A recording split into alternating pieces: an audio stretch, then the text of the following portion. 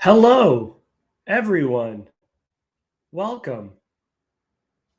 Oh, Yoav's not joining this week, but apparently will join next week. I accept this. Dropping the link now. You got 5 minutes. This week, we're going to be studying this dusty old book I found called the Bible. And we are going to be in 1 Samuel again. 1 Samuel chapter 21. You got 5 minutes to meet us, okay? 5 minutes.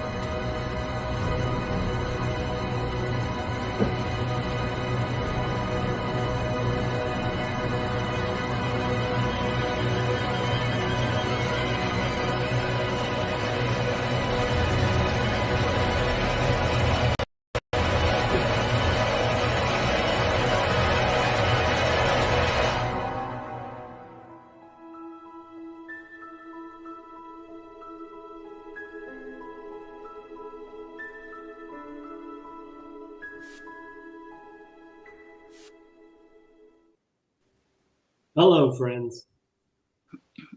Oh, hello. Are other people?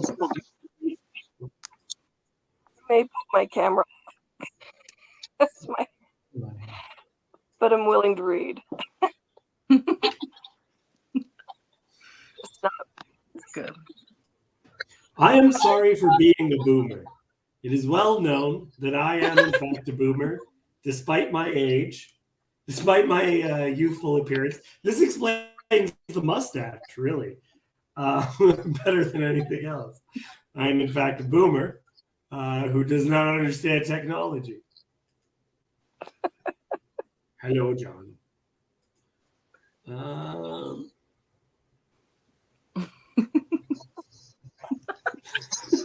Okay. Yes, I am Maltese. This is yeah. I do not own a Falcon. That movie actually has basically nothing to do with Malta.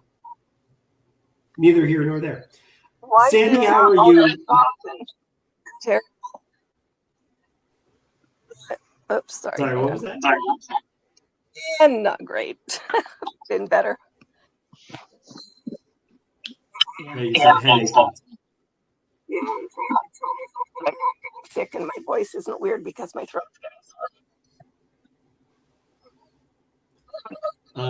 John's allowed to say that because John is Mexican. This is what I'll do. I'll do up my top button, and then I'll put my cross over top. I think I'll just represent some. This is very stereotypical. How's that? Does he pass? Yeah. This is terrible. Maybe a cowboy hat and cowboy boots. Yeah, no, for sure. Like a Texas tie. I like those. Okay, good. Cassandra, how was your family? Was that good? Or don't tell us if it was bad. I don't know. I'm like, that's really personal. I don't know. It's like, actually, Dave, someone died. I was like, oh God, I'm sorry. I didn't know. No, it was a good week. Because I live up north, so it's always cold. So even though LA was cold too, it was just like way more comfortable than what it is up here because it's always raining. And it's always damp. Okay. So yeah, it was great.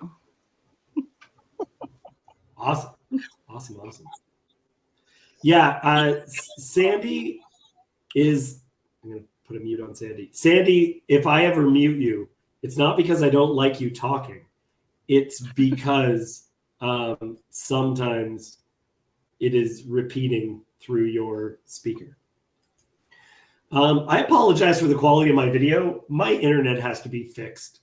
I live in an area that is being built. I'm just enough country that I bet you hear my audio fine, but my video not so much.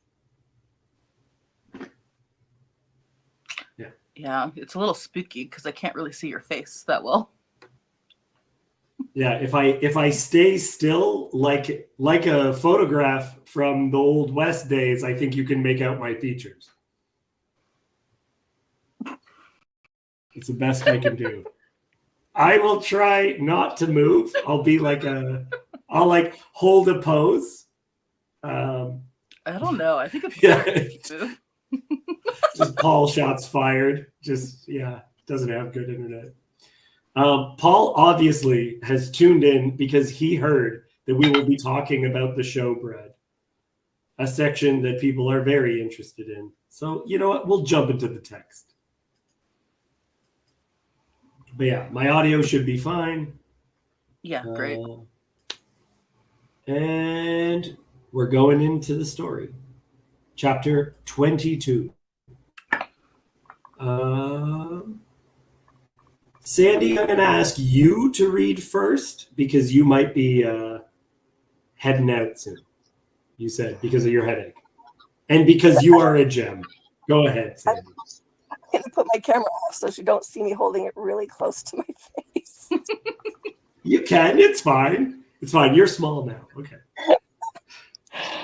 Then David came to Nob, to Ahimelech the priest. And Ahimelech came to meet David, trembling, and said to him, Why are you alone and no one with you?" And David said to Ahimelech the priest, "The king has charged me with a matter and said to me, 'Let no one know anything of the matter about which I send you and with which I have charged you. I have made an appointment with the young men for such and such a place. Now then, what do you have on hand? Give me 5 loaves of bread, or whatever is here." And the priest answered David, "I have no common bread on hand, but there is holy bread, if the young men have kept themselves from women."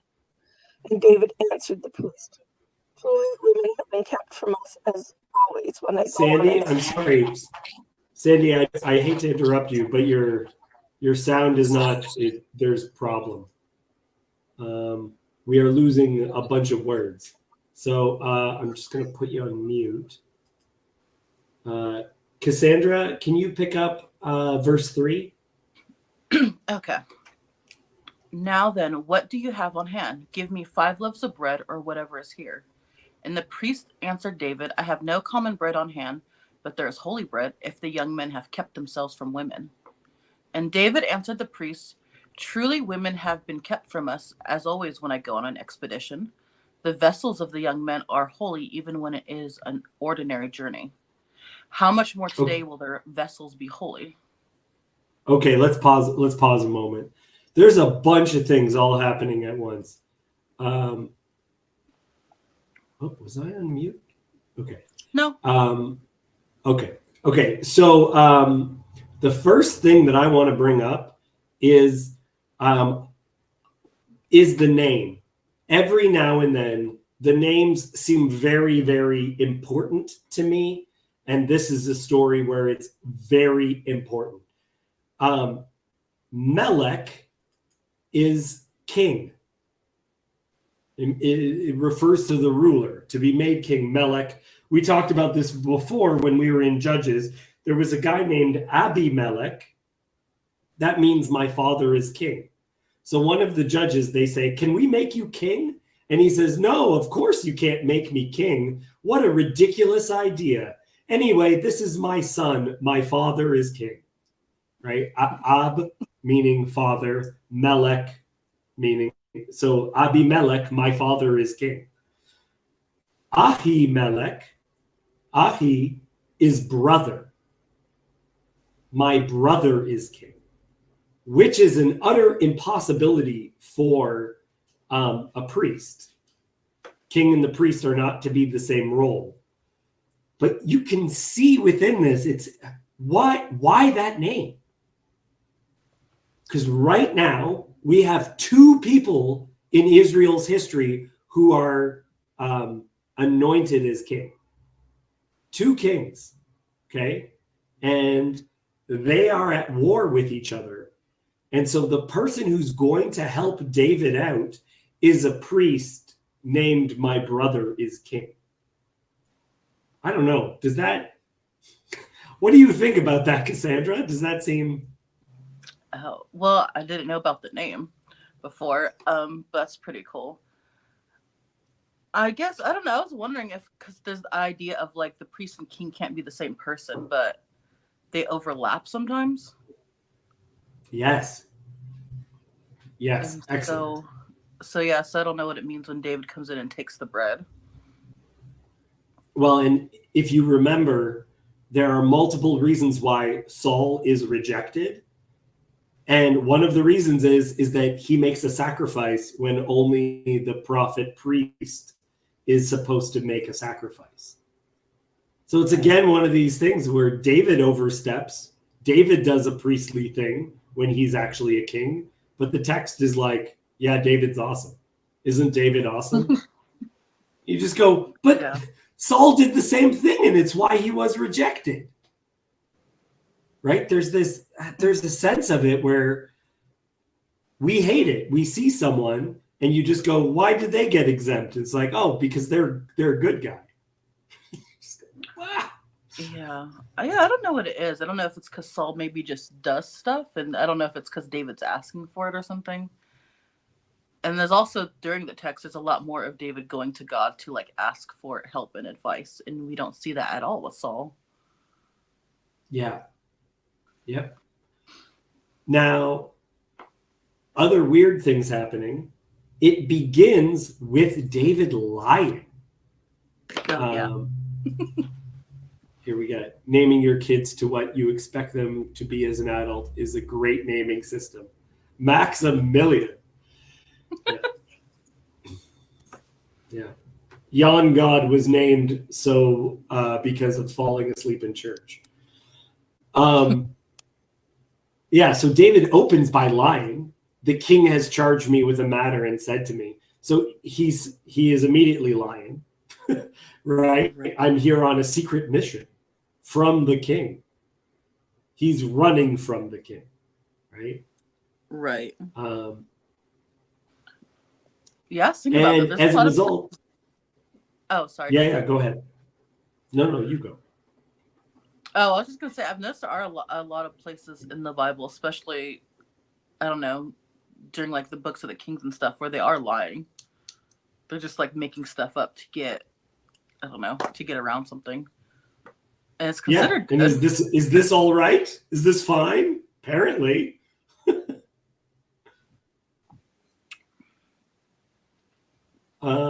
So because he's already lying, I don't know if he's lying about this. Because they say you're only allowed to eat the bread if you haven't slept with any ladies. Right. Now, there were traditions where men going off to this was like an early sports thing too.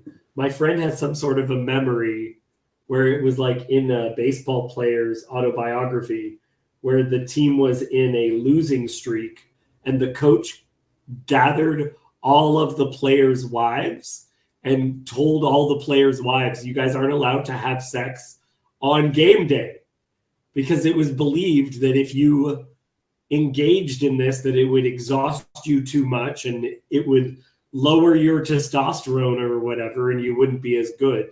But in some traditions, it was also seen as like a kind of a fast that gave you like power. So that might be legit, that they kept from women, but I don't know, because he's already in the mode of lying. Right. Dawn is wondering if it's to protect the priest. Dawn, that's going to come back later. That will certainly come back later.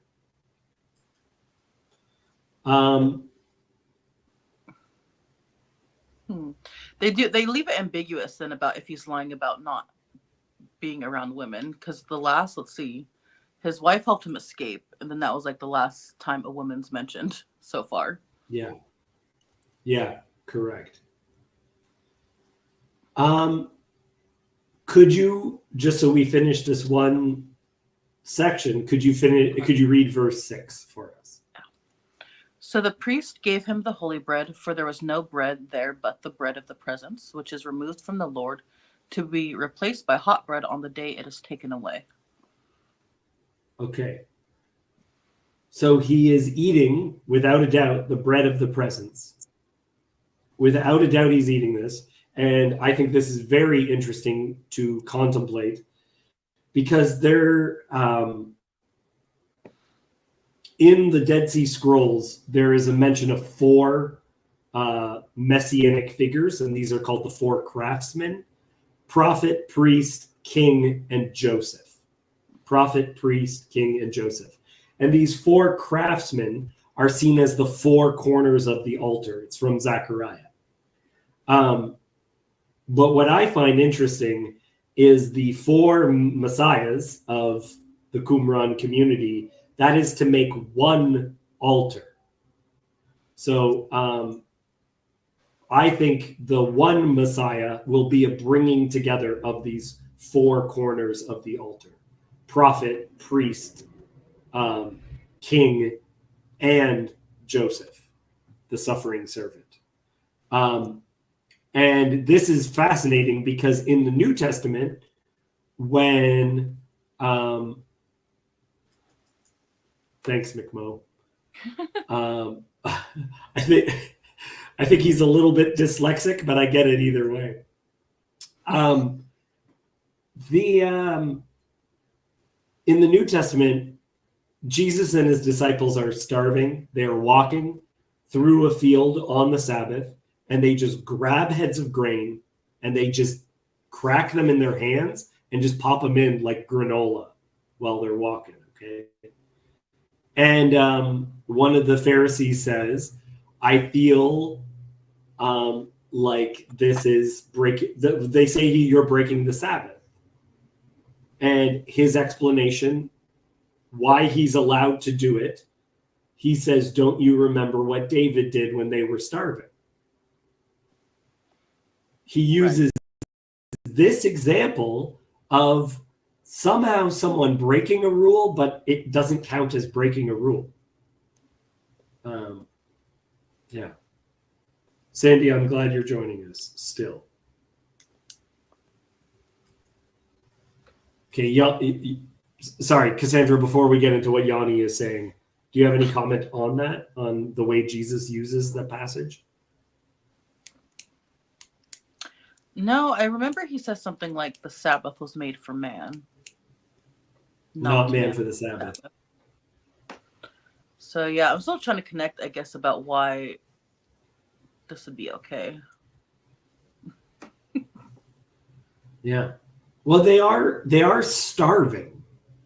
Right. So there's requirements, like you're allowed, for instance, if someone is injured on the Sabbath, it isn't considered work to rescue them, right? There's work which you're allowed to do and not allowed to do, and to preserve a life, you are allowed to break the Sabbath. Which also Jesus uses as an example of, because there's specific commands that you're not allowed to cut things. Cutting would be seen as, or splitting would be seen as work. But the Jews would, without a doubt, circumcise on the 8th day. It says, okay, cutting is work. Are you allowed to circumcise on the 8th day? Of course you are. Even if it falls on the Sabbath, because there's exemptions. There's without a doubt exemptions. And that's one of the things I find particularly weird, because Jesus doesn't say this doesn't count. He says it's an like he doesn't say this isn't breaking the Sabbath. He says in this case it's okay to break the Sabbath. That the Sabbath was created for man and not man for the Sabbath. Right. Yeah, well, I guess because, like you said, they're starving or something. Yeah. Showbread was a Christian hardcore band. They have an excellent song called Matthias Replaces Judas. It's a great song. Oh, okay. It's, for a little bit, it's got the guy from, what was the Christian ska band? 1,000 Foot no, not 1,000 Foot Crash. What is it? Come on, help me out, Mick Mo. This doesn't matter. This isn't important. Okay, Yanni says, is this why they serve food at strip clubs? I mean, let's be serious. Why talk about...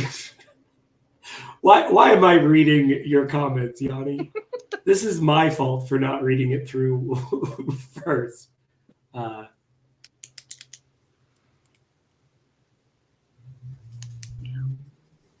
I mean, it could be a bit of an expedition as to whether or not they're clean. It's just making sure that everything proper has been done. Right. But I think we should continue on, shall we? Okay. Now, a certain man of the servants of Saul was there that day, detained before the Lord. His name was Doeg the Edomite, the chief of Saul's herdsmen. Then David said to Ahimelech, then have you not here a spear or a sword at hand? For I have brought neither my sword nor my weapons with me, because the king's business required haste. And the priest said, the sword of Goliath the Philistine, whom you struck down in the valley of Elah, behold, it is here wrapped in a cloth behind the ephod. If you will take that, take it, for there is none but that here. And David said, "There's none like that. Give it to me." I just love this moment. This is perfect, perfect movie scene, right? This is Aragorn picking up the sword which was shattered. You know what I mean? Like, this is the enemy's sword. The sword of Goliath has come back. Right. Yeah, we have a witness in the shadows. We have him taking the weapon. Oh, that's perfect. Yeah. Where the guy like watches, he goes, "What the?" Yeah. So The king's that's spy. how. Yeah, David lying to a priest. He gets the bread that is only meant for priests. The guy in the shadow sees him, and then he picks up the sword of Goliath. And if whenever Jason finally watches this video, because he still watches even though he doesn't join, there is none like that. Give it to me. He loves this idea that there's something so special about the sword of Goliath. But yeah, he has no weapon. Picks up Goliath's sword. Which, I don't know, again, how big could have Goliath's sword been? Yeah, I don't know what it is. Like, sometimes it's like depicted as almost being like a broadsword, which wouldn't have, like, broadswords were very rare. Yoav was saying this. If you follow a bunch of, if you like me, go down the boy algorithm, they're like, "You're interested in swords, right?" We're like, "Yeah, I guess I am." One of the things that you learn is spears beat swords every single time because of reach, and a sword would be your backup. So something like a long sword is a later invention, where you would use a sword like a spear. So these like super duper long swords, they would be swinging them around, and their use was very different than we think. So most people would go in, like the image of jousting, right? A knight would be on a horse with a lance or a spear. If that broke, or when that broke or was lost, he would then pull out his sword, right? So David on the run, he's asking for a spear or a sword at hand. So the sword probably would have been a short sword for Goliath, but short for Goliath is still pretty long for everybody else. Right. Huh. That's interesting. So a sword is like second best. Yes. Huh. Yes, it is. Even something like everyone's heard about katanas and everything else, and that's what you picture a samurai. Samurai were most known as archers, not as swordsmen. Using your sword was like a last case scenario. It's like when you're really stuck, then you pull out the katana. Yeah. It's just, yeah.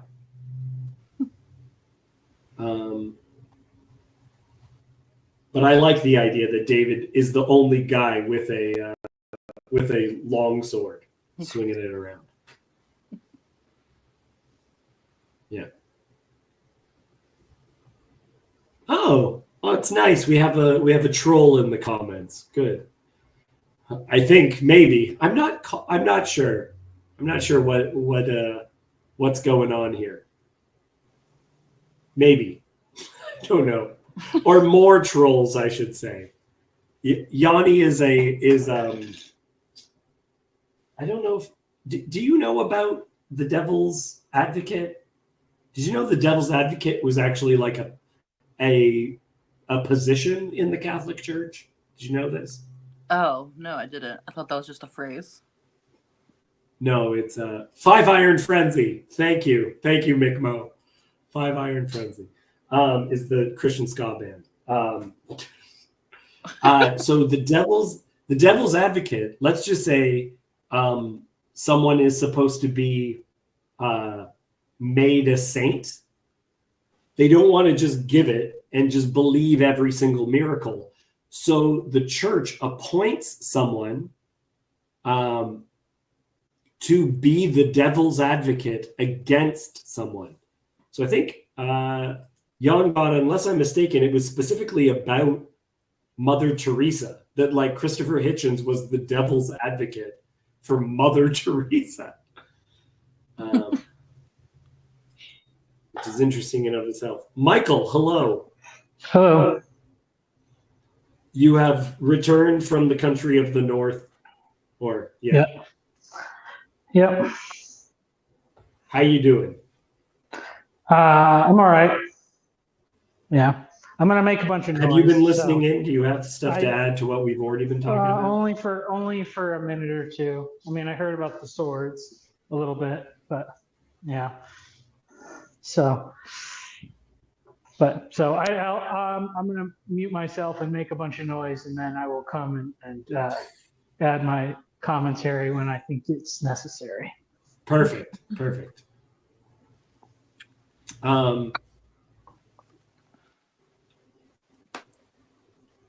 Yes. So this would be a role where the Catholic Church wants someone to have an opposition of becoming a saint.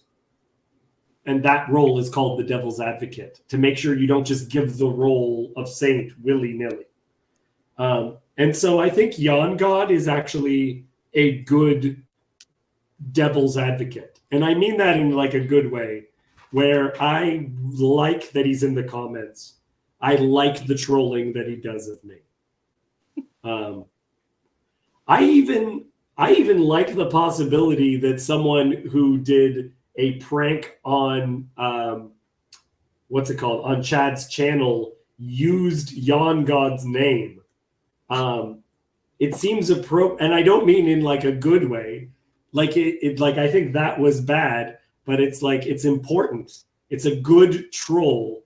It is the proper term of catfish, which I've been telling people about. A catfish is supposed to keep the other fish on their toes.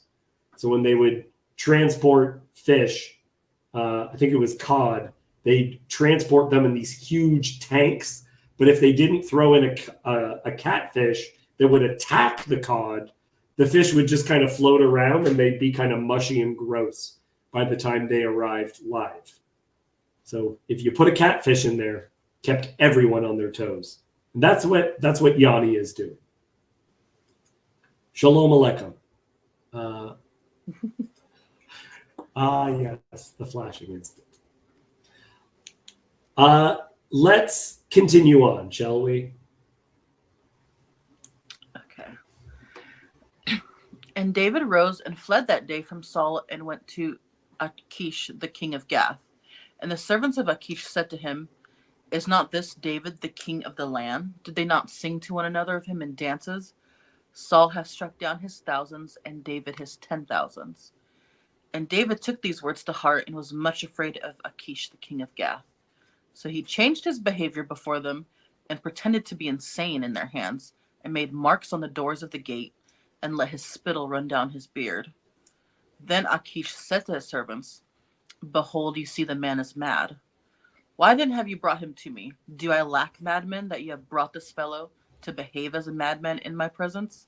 Shall this fellow come into my house?" So It's just so fascinating. It is he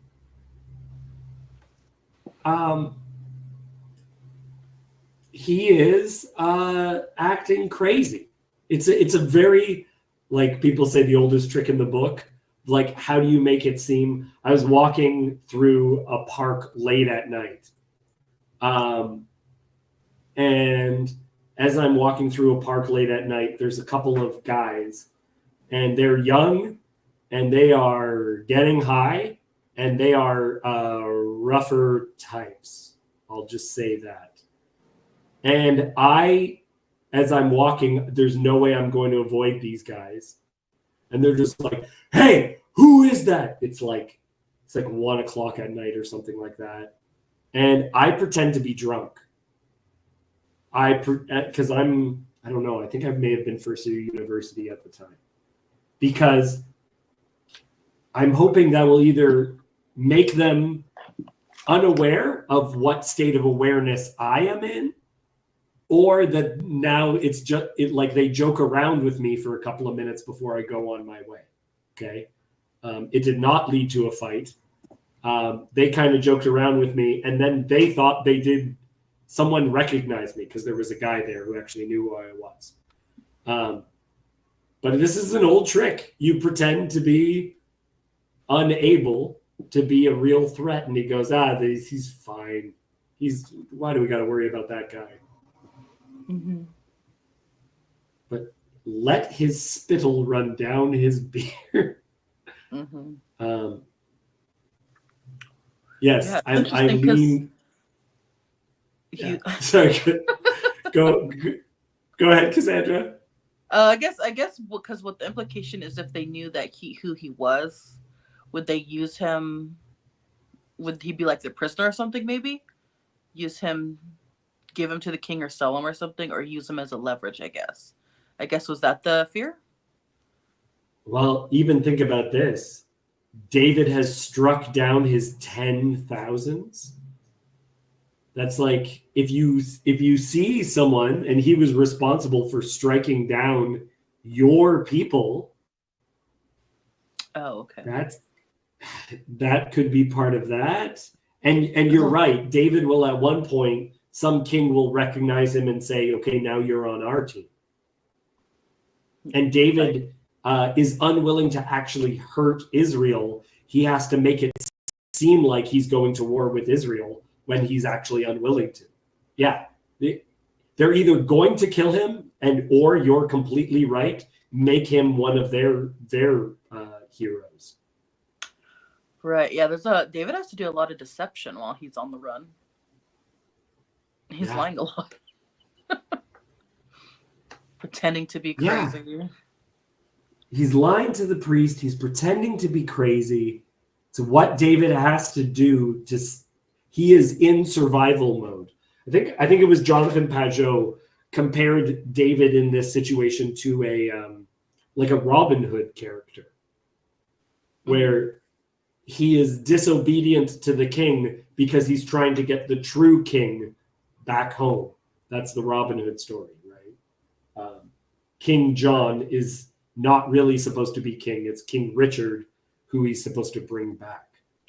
Yeah, I was thinking about that with the bread too, because I guess these are all things David wouldn't have done if he hadn't been put into this position. And so now he's trying to, I don't know, balance something out or level something out. I don't know. I don't know if that's part of like why it wasn't judged as harshly, maybe, as if someone else had done it. Yeah. Yeah, there's a certain like David's son Solomon is a time of peace. And you have different expectations on you when it's like a rough period versus a good period. David is in an insane time, and in an insane time, you sometimes have to act crazy. Yeah. That's true, yeah. Because I mean that's like a lot of the kind of talking around now too about like, oh, we're in clown world, we're in upside down world. Right. And so the behaviors can't be straightforward and normal like they would otherwise be. Yeah. And I think in the 2000s, this starts where people start trusting the Daily Show with Jon Stewart for their news more than news stations themselves. And now Trump has done more interviews with comedians than with reporters. So you just go, what is going on? It's just like people trust comedians more. People trust Theo Vaughn more than they trust Fox News. Right. Which is, yeah. Yeah. People don't trust the experts, really. Yeah. Yeah. And a lot of people have even said that Trump would make a good comedian. He's funny. He's a reality ridiculous TV star. human being. I don't know. Yeah. I think we forget that sometimes. He's literally reality TV star. That was his whole thing. Yep.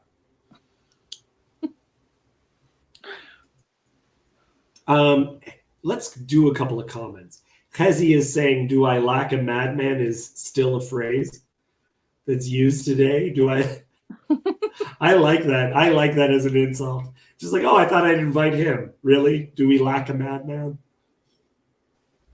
I'll say that. I'll say that whenever someone else joins our video chat or this stream. I will say, if John tries to join our stream, I will say, "Do we lack a madman?" There's a Pentecostal song about Saul and David slaying the 10,000. Holds a special place in his heart. I don't know that song. This is hilarious to me. Me and the Rougher Types go way back. Of course, McMo, of course. Apparently, this problem is time. Yeah, acting is my fight or flight. All right, I'm in a pinch. What do I do? I know, acting. Theater acting. Yeah. I will. So I did when I talked to Guy, the wrestler.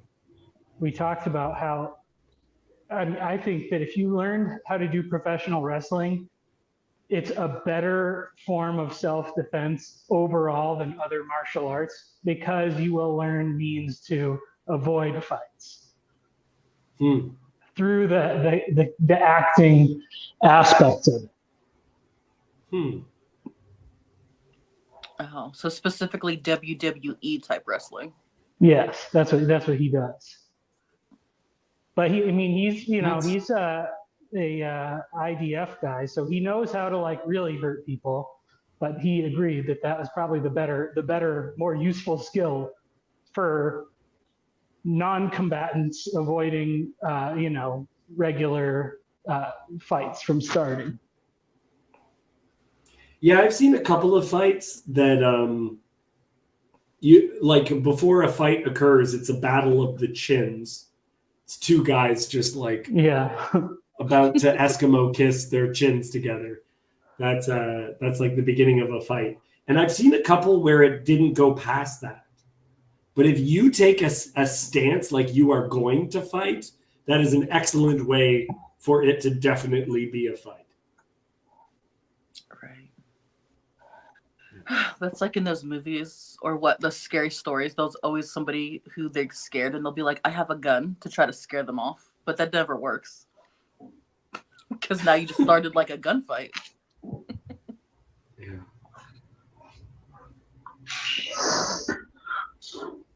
Mick Mo says every time I join a stream, it's because it lacks a madman. That's great. That is very good, Mick Mo. Very good. He hasn't joined this stream, so no. The madman is among us.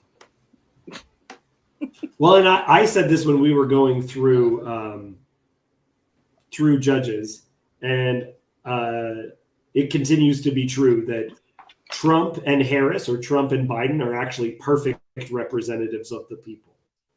That's not good, but David is in a crazy time. So what does it look like when you're in a crazy time?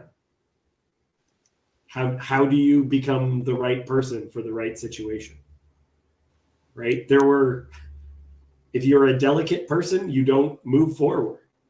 It's a crazy time. Who do we get?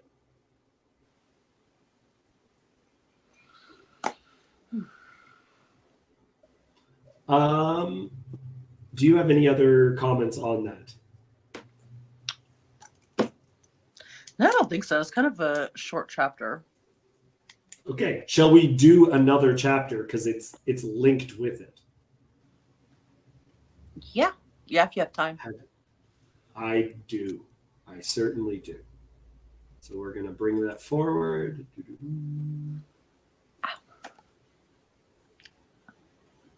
And we'll see what happens from there. Okay, go ahead, Cassandra. David departed from there and escaped to the cave of Adullam. And when his brothers and all of his father's house heard it, they went down there to him. And everyone who was in distress, and everyone who is in debt, and everyone who is bitter in soul gathered to him. And he became commander over them, and there were with him about 400 men. And there were with him Okay, about 400 pause. Come on. This is also, we're continuing the Robin Hood stuff, right? He gains his group of outlaws, which is just incredible to me. So he escapes and like living in a cave, like he's living in the ground, right? Not in a house. He is living in a cave, and all these other runaways. This is the thing. He is a leader, and no matter where you put him, they are going to place him in a position of leadership, right? There are people who are like this. Not to toot my own horn, but this is why I wanted to become a pastor and why I saw like teaching positions, is because I just read the text and I would talk to people and people would ask me to run things in very little time. They'd be like, okay, you want to be in charge of this? Do you want to run a Bible study? Do you want whatever? It's an interesting thing where you move somewhere completely different and someone says, we know that this guy is good at this thing, and immediately gets put in charge. That's something that happens to, now I'm not a guy that is good at fighting. That has never happened to me where a bunch of guys come around me and say, hey, Dave, we need someone to help us in a gang war. That does not come up. But if it's teaching the Bible, I'm your man.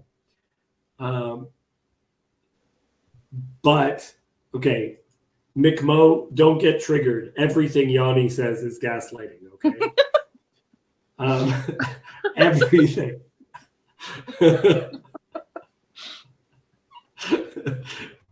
Yeah, but he gets his group of outlaws who all say you, and they're troubled. They're rough people. They make good warriors, but they're all runaways as well.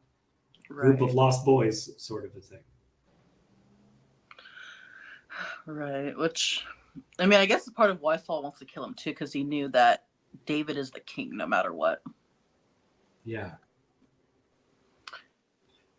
I'm getting Gladiator flashbacks too, where he's a commander of the Roman army, the movie Gladiator, Russell Crowe's character. And then he's thrown in the ring, and they want him just to be fought like cannon fodder, just to be killed. In fact, he's put on the losing side of a reenactment of a battle. But he's able to command them, and they actually win. Like they do well. They defeat because everyone else is willing. He's such a good leader that he can gather the people together and make them do something. Right. And then it's all the people who I guess are outlawed from society in that way. Like you said, people in debt, bitter in soul. So there's nothing for them in the regular society anymore. So living in a cave is probably not a huge change for them in a negative way. No. Oh, but what are these guys like? Because you got to imagine there's people who still have capabilities, but yeah, they may be more addictive types. Yeah, well, I mean, I imagine it like pirate ship or maybe just like sailors in general. Like they don't have a lot that keeps them where they are or something. Or really desperate for money or something. So they'll go on these ships and sail around the world and encounter all these horrible things. Right.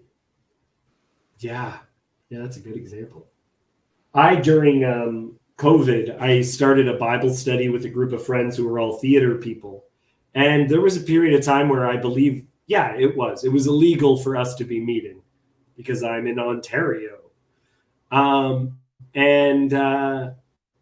I referred to it as the Cave of Adullam because it wasn't I was part of a church at that time, and they were unwilling to break any rules. And that church really suffered. Like a lot of people, it got real bad. I'm not going to go into too many details there. But this group of people that were completely non-religious, but were like, we got nothing. And some of them were slightly sketchier people. You can gather those people. They actually showed up and got this huge benefit of it. And I told them this story that I felt like we were gathering in the cave of Adullam. It was like the right people, the people with everything together. They were not interested. They didn't get involved. Right. It's exactly. Cassandra, you don't know how correct you are. Guys, she's a woman. She knows exactly how correct she is. Oh my gosh. When is your news thing coming out? Like, I have good reason to believe that Hezi. There's a bit with Hezi as well. Chad is working on it this week. It's been a long time coming. I'm very excited. John A., who is in the comments, will be there as well in it. He gets mentioned. John A., who is mostly seen in the comments, breaks the story. Can't make any promises, though. Chad's super busy, guys. He went to the Northwestuary and all that stuff. I love this. Can't we have churches and not roving cave gangs? No. All right. We would, and look, my Bible study, we would make jokes about this. Like, guys, this is the nicest cult. We would like make jokes about it. This is such a nice cult. Oh, I'm so glad we're not in a bad one. Yeah. There's something about that too, because I mean, all of these people were there before David, but he was able to collect them in a way that might have maybe put use into them or something, because they're just like spread throughout society doing whatever. I mean, doing bitter, whatever, blah blah blah. But I mean, yeah, it makes me think it's like people on the margins of society. They usually have something that they're good at or something to contribute, but they don't. I don't know. Maybe there's not a structure that they can work in, or they don't know how to enter it or something like that. And I don't know. I mean, I guess this is why cults start, even if they're like kind of goofy from the beginning. Yeah. People still go to it. And that's interesting. Where is this? In Ethiopia or something? I've seen like some kind of church not in a cave, maybe. Are there church caves? Yeah, no. Ethiopia made this giant, one of their biggest pilgrimage, like their holiest place, is carved into the ground. Yeah. Yeah. It's incredible. Yeah, that would be nice for Mikmo to go to. Church cave. Yeah. What was another bit that was sticking out of what you said? Or something that really sprung forward. I don't know, but I do believe that the TLC, this little corner of the internet, is a bit of a cave of Adullam. Is a cult? Oh, yeah. No, everyone jumping on the word cult, but it's just there's people who get in even though it's weird. Now I remember. Ulysses S. Grant was failed at everything before the Civil War started.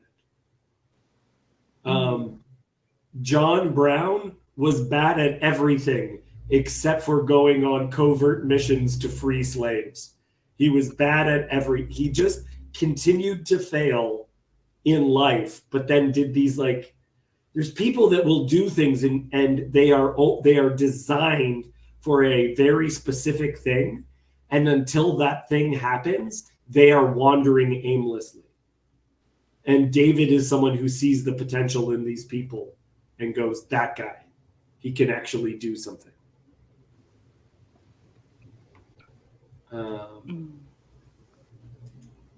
So Mikmo's asking questions about actors and all this other stuff. That is a whole other thing. That is a stream that we could get into maybe another time.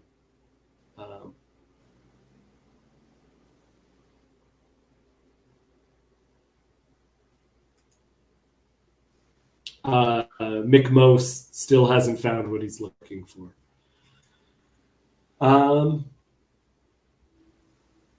Yeah, he's also, we forget that David is a musician. It's like he is a musician who started a cult. That's amazing. But again, I don't see this as a bad thing. This is actually great. No, it's not a cult. No, it's not a cult. But it's like it's the Merry Men. It's the Free State of Jones, guys. Reconnaissance forever. Okay, continue reading for us, please. And David went from there to Mizpah of Moab, and he said to the king of Moab, "Please let my father and my mother stay with you till I know what God will do for me." And he left them with the king of Moab, and they stayed with him all the time that David was in the stronghold. Then the prophet Gad said to David, "Do not remain in the stronghold. Depart and go into the land of Judah." So David departed and went into the forest of Hereth. Yeah. Okay, so he's moving about. He's getting Judah again. Is they would still have loyalty to David. If you're going to go anywhere that has loyalty to David, it's going to be in Judah. Right. So there's but he's this still kind sticking of to the outside, like into the forest. Yeah. Into the wilderness. He's in the wilderness. He's in the wild places. He's hiding in caves, right? He's become wild.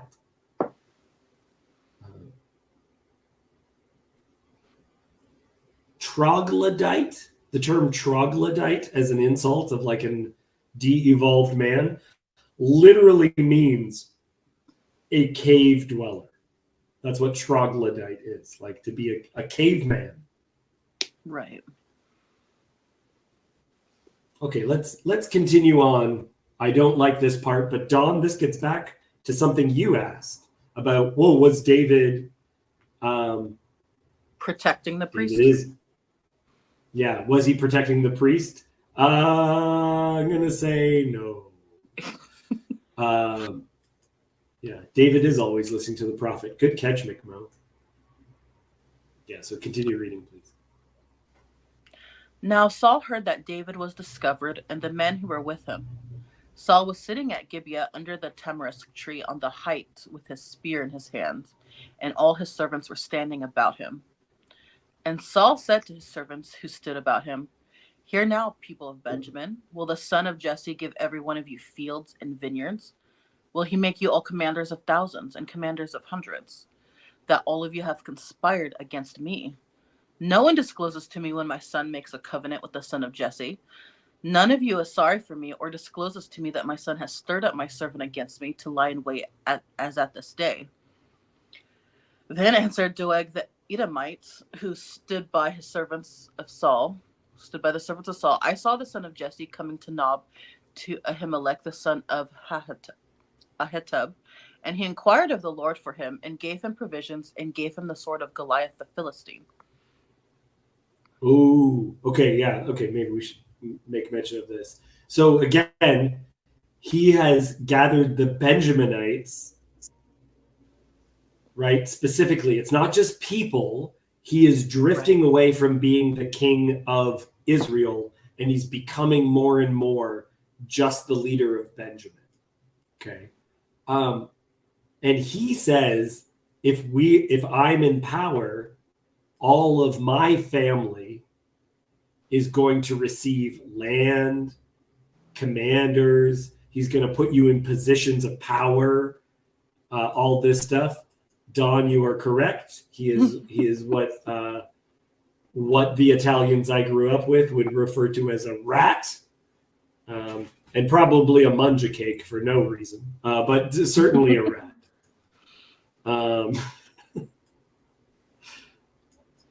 Yeah, all that stuff is kind of happening.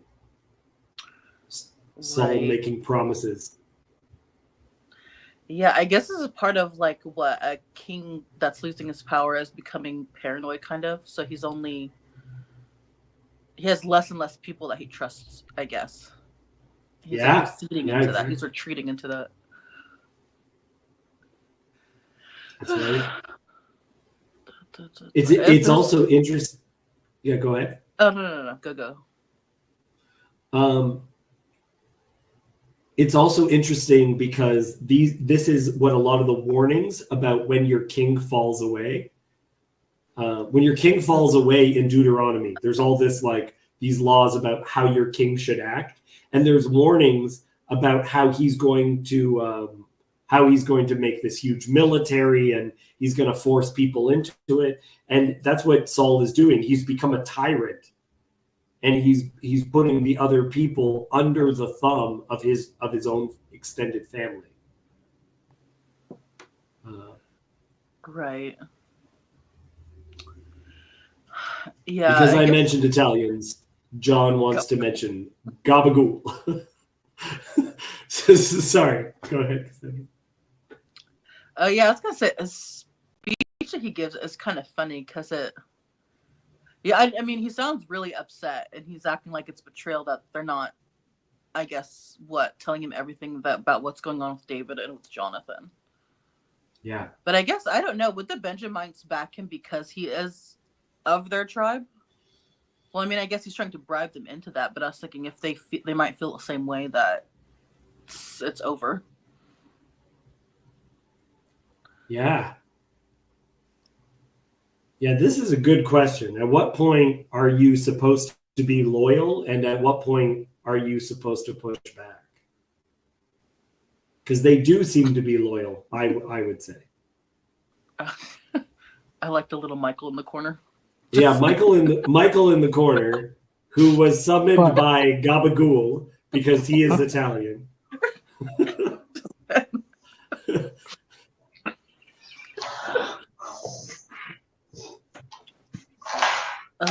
What? But So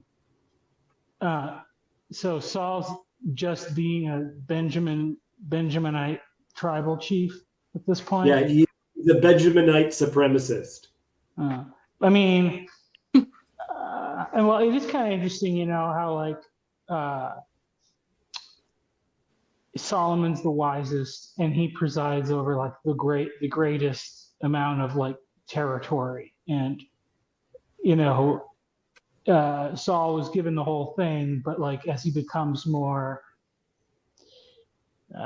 incompetent, his like scope of influence shrinks, so and then it's like the same thing because you have obviously after Solomon you have the split, and I kind of my pet theory that Solomon did it for the sake of Rehoboam, that he would have smaller headaches, but partially anyway, because he's yeah, but I don't know. It's interesting how it's like you can't just like the thing with tyranny is that you can't. There's always that paradox. Like the more tyrannical you become, the more reliant you are on other people to enforce your will, and that limits your actual scope of influence. Yeah. right. I even noticed this in classes, like in high school, when we had a sub or something, or just a not very good teacher. The way that they would try to get like order in the classroom, usually they kind of allotted it. First of all, if you start yelling, you've already kind of lost control. They would like yell and stuff, and the kids just thought it was funny. They didn't care. But also like trying to, I don't know, bribe the kids or get them to do it in certain ways. Like, don't you? Yeah. I don't know, just the way they would talk to them, I would notice that teachers who weren't very good at their job had a certain way of like talking to the kids and trying to get them to do what they wanted, but it never worked. Right. That's very interesting. Okay, let's continue on because this is a very interesting part. Okay. Starting at 11. Then the king sent to summon Ahimelech the priest, the son of Ahitub, and all his father's house. The priests who were at Nob, and all of them came to the king. And Saul said, "Hear now, son of Ahitub." And he answered, "Here I am, my lord." And Saul said to him, Why have you conspired against me, you and the son of Jesse, and that you have given him bread and a sword, and have inquired of God for him, so that he has risen against me, to lie in wait as at this day? Then Ahimelech answered the king, And who among all your servants is so faithful as David, who is the king's son-in-law, and captain over your bodyguard, and honored in your house? Is today the first time that I have inquired of God for him? No. Let not the king impute anything to his servant or to all the house of my father, for your servant has known nothing of all this, much or little. And the king said, You shall surely die, Ahimelech, you and all of your father's house. And the king said to the guard who stood about him, Turn and kill the priests of the Lord, because their hand also is with David, and they knew that he fled and did not disclose it to me. But the servants of the king would not put out their hand to strike the priests of the Lord. Then the king said to Doeg, You turn and strike the priests. And Doeg the Edomite turned and struck down the priests, and he killed on that day 85 persons who wore the linen ephod. And Nob, the city of the priests, he put to the sword, both man and woman, child and infant, ox, donkey, and sheep he put to the sword. Woo! That escalated, eh?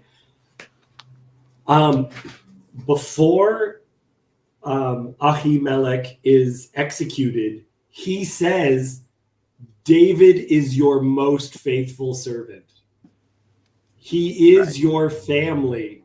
He is captain over your bodyguard, right? So it's like he's in charge of protecting you.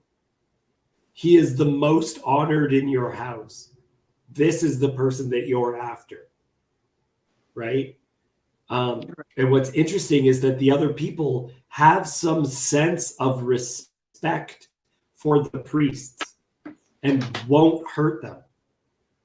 But this guy, Doeg, is an Edomite, right? That's a descendant of Esau. He's not an Israelite. And yeah, he slaughters them. Even this idea, it's people who wore the linen ephod, people who were serving as priests. He slaughters them. This is real bad. Remember, the priest, like there's an idea that the priest / the prophet anoints the king. So for the king is under the authority of the priest and the prophet. Right. So for Saul to do this is David kind of pushed the boundaries, but it was okay. Saul, my word, this is real bad. Right.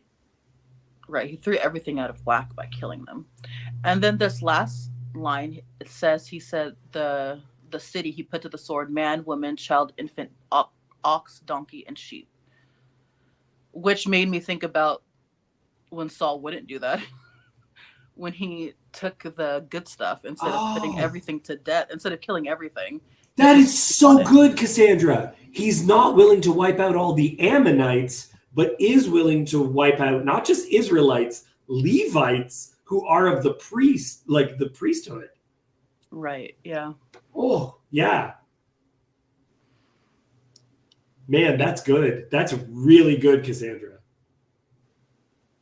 Yeah, he didn't care about wasting good donkeys and sheep here, but see, this is what we miss when you are busy with your family.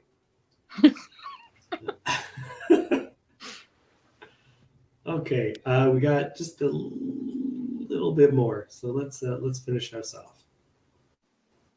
Okay. But one of the sons of Ahimelech, the son of Ahitub, named Abiathar, escaped and fled after David. And Abiathar told David that Saul had killed the priests of the Lord. And David said to Abiathar, I knew on that day when Doeg the Edomite was there that he would surely tell Saul, I have occasioned the death of all the persons of your father's house. Stay with me, do not be afraid, for he who seeks my life seeks your life. With me you shall be in safekeeping. Yeah.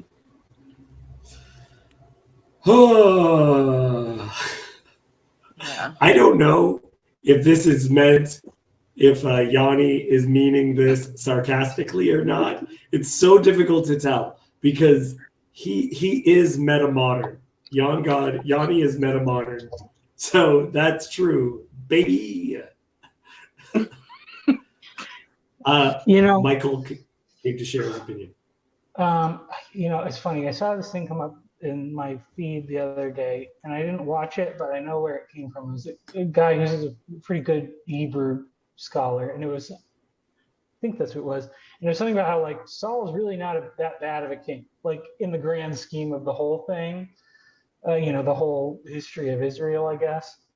But I don't know. It is really the thing where God likes to set up like the before and the after, and the before is usually pretty crappy. So yeah, this is pretty bad.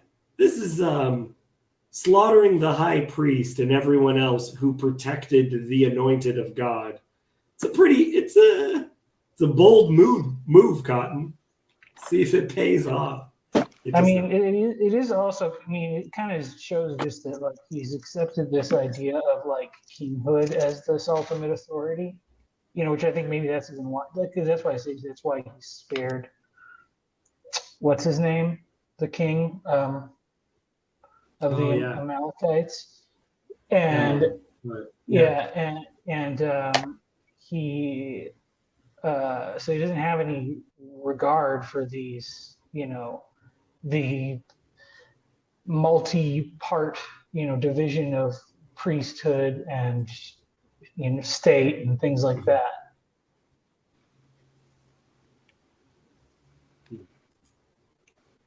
Or it could also be like just that kind of thing of you think like, oh, there's just this one. I keep encountering this one thing that's in the way of everything being perfect, but then that one thing keeps cropping up over and over. So it's like you're the problem. Well, and I think there's also David. It says, "I knew that Doeg was going to snitch." Okay. David is armed, sees a guy who could be a snitch before the priest, and does not kill him. Right? Like, contrast the bloodthirstiness of Saul versus David. It's pretty extreme. Just so you know, the child is named Abiathar, and that means my father excels, or father of plenty. Got a lot of father names here.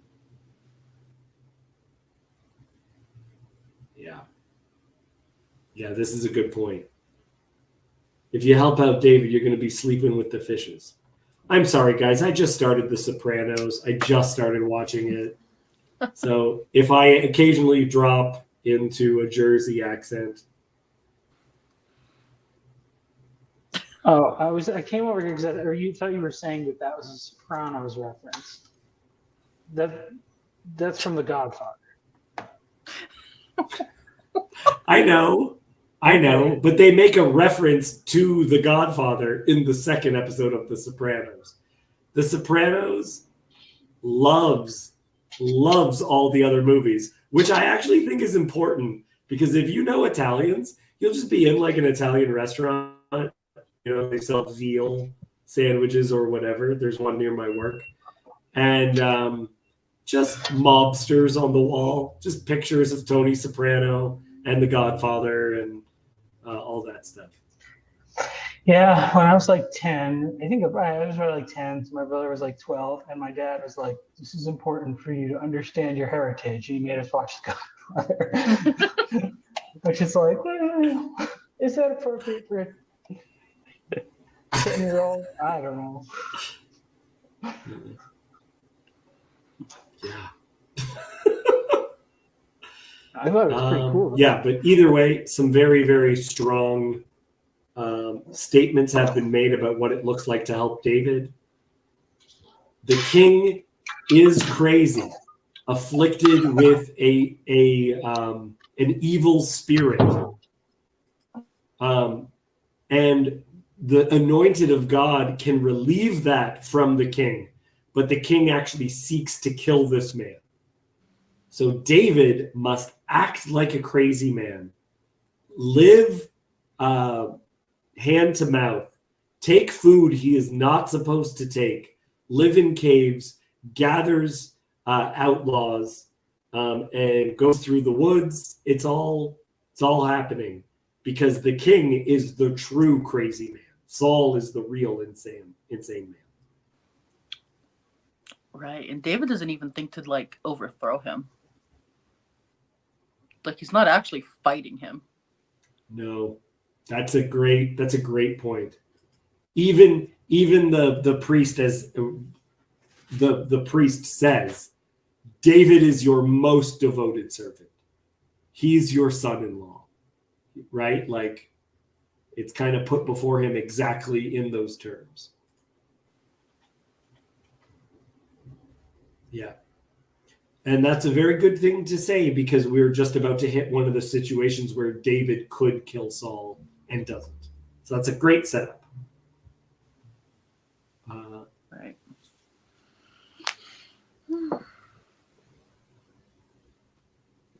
Yeah.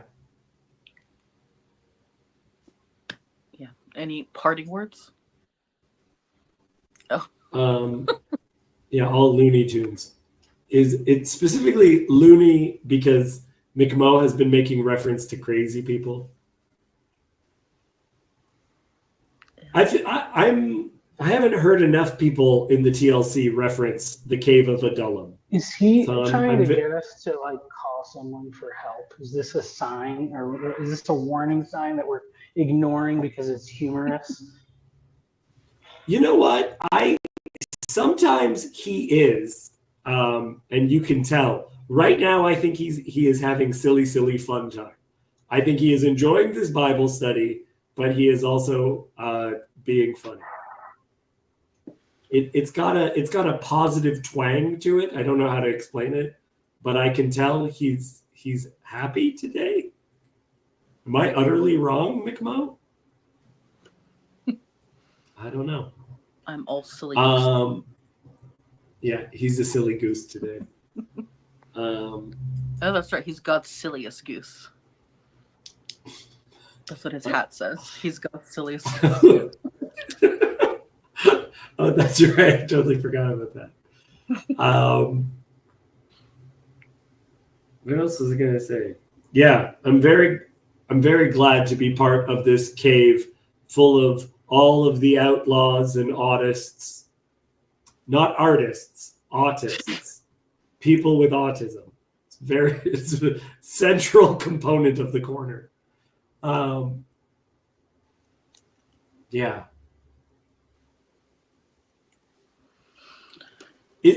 I think I'm kind of sad. Not sad. It's just you said clown world before, Cassandra. I feel like these chapters are exactly the kind of thing we need to be thinking about right now.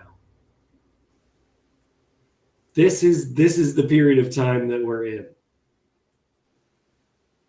Right. Upside down. Yeah.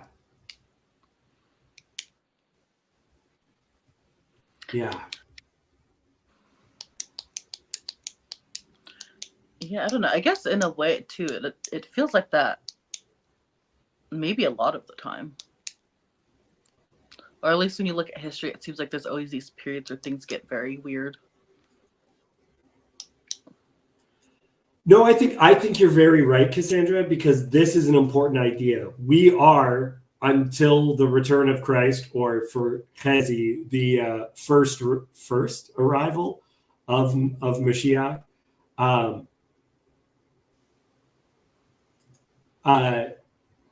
We are living in exile, right? We're living where the kingdom, there is very, very little biblical literature written for when we are in power. More of the biblical literature is written for when we are on the run. Right. So, yeah, You know, we're I in had the end this, game now, baby. I had this Everyone's saying thought- baby. Baby. Sorry, go ahead. I had this weird. Well, I thought it was a weird thought. I thought it was a pretty good thought about like like civilizations and like the different church traditions that we have, and like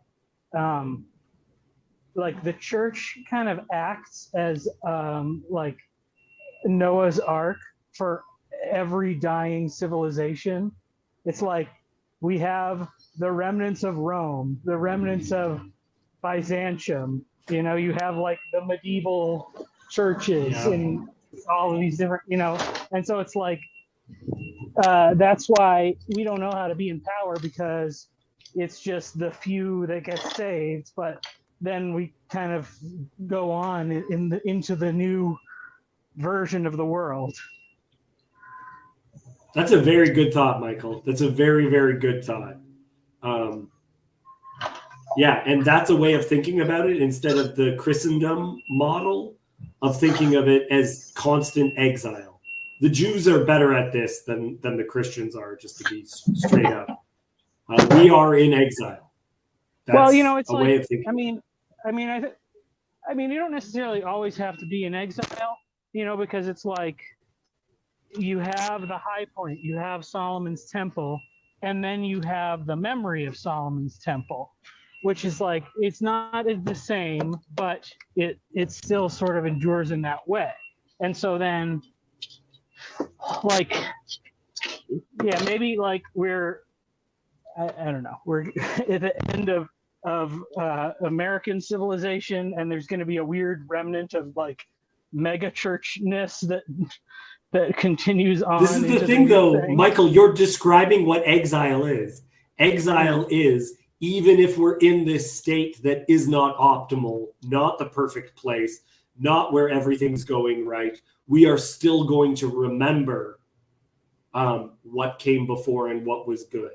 We are not going to become one with the disintegration around us. We are going to hold firm. That is what exile is.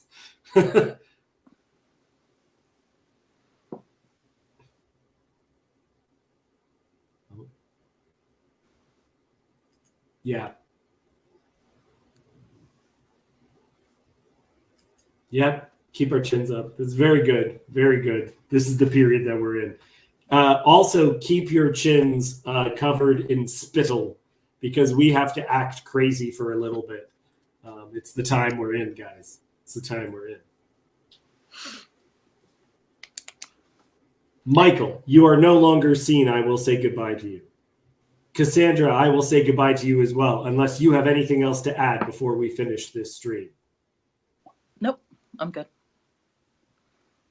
Kezi, anything else you want to say? Yeah. Oh, okay. Yeah, go ahead, Michael. Oh, I have a new vehicle, and the audio stuff is weird. So I turned the car on, and I started like hearing weird music coming from some unknown source. But yeah, but I don't have anything additional to add. Okay, well, we do have one more thing, which is scapegoat is a very, very long conversation. So we're going to have to hold that off for another day. We have already streamed for 1 hour and 25. Thank you, my friends. Thank you so much for coming out. I look forward to talking to you next week. If you are in Ontario, specifically in the GTA, I'm in the Importance of Being Earnest for the Georgetown Little Theater, which is why I have this preposterous mustache. Come see me. It would be lovely. Goodbye, everyone.